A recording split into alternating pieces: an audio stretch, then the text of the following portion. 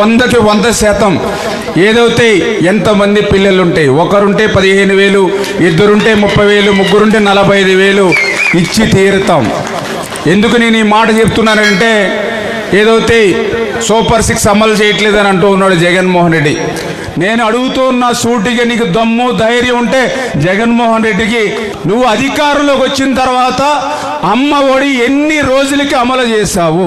Straight question. ఇక్కడ కూడా మా సాక్షి విలేకర్ గారు కూడా ఉన్నారు, ఆయన కూడా సమాధానం చెప్పొచ్చు కావాలంటే జగన్ తరపున. Straight question. మీరు అధికారంలోకి వచ్చిన తర్వాత మీరు 2019 జూన్ నెలలో ప్రమాణ స్వీకారం చేసిన తర్వాత ఎప్పుడు మీరు అమ్మ ఒడి అమలు చేస్తారు? వాళ్ళకి చెప్పడానికి ధైర్యం జరిగిపోతే నేనే చెప్తున్నా, 2020లో అమలు చేశాడు.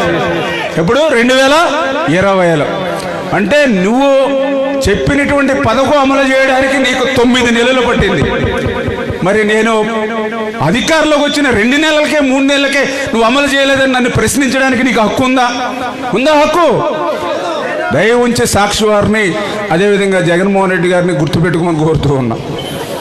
అదేవిధంగా ఏదైతే ఇంకొక స్ట్రైట్కి వచ్చింది దాని నిమిత్తమే ఆ రోజు భారతీరెడ్డి గారు మా దగ్గర వీడియోస్ ఉన్నాయి చాలా క్లియర్గా, మొన్న కూడా ఏది చూపించా మీకు. ఒక పిల్లవాడు ఉంటే 15,000, ఇద్దరు పిల్లలు ఉంటే 30,000 రూపాయలని స్వయంగా భారతీరెడ్డి గారు ఇంటింటికి వెళ్ళి ప్రచారం చేసింది ఆ రోజు.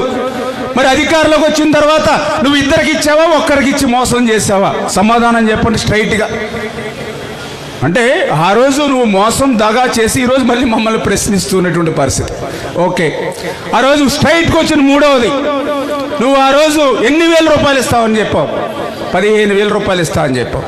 తర్వాత ఎంత ఇచ్చావు? 14,000. తర్వాత 13,000. ఆఖరికి మా అక్కమ్మ చెల్లెలు అయితే కొంతమందికి 7,000, 6,000 పడ్డాయండి, కొంతమందికి ఎగ్గొట్టేసాడని చెప్పినటువంటి పరిస్థితి. దీనికి సమాధానం చెప్పండి. ఇంకొకటి స్ట్రైట్ క్వశ్చన్. నువ్వు 5 సంవత్సరాలు అధికారంలో ఉన్నావు, 5 సంవత్సరాలు నువ్వు అమ్మఒడి ఇచ్చావా? 1 సంవత్సరం ఎగ్గొట్టావా లేదా? సమాధానం చెప్పు. అంటే నువ్వు అధికారంలో ఉంటే ఓడి చెప్తావు, ఇవాళ ప్రతిపక్షంలో ఉంటే ఓడి చెప్తావు.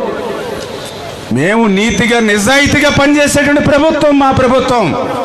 చేత ఖచ్చితంగా మాట ఇచ్చాం, నీకు మళ్ళగా మాట తప్పం, నీ మాదిరిగా మడమ తెప్పం అన్న మాట ప్రకారం తల్లికి వందనం. ఏదైతే మీకు చెప్పామో అది మోసం దగా నీ మాదిరి లేకుండా అమలు చేసి తీరుతాం.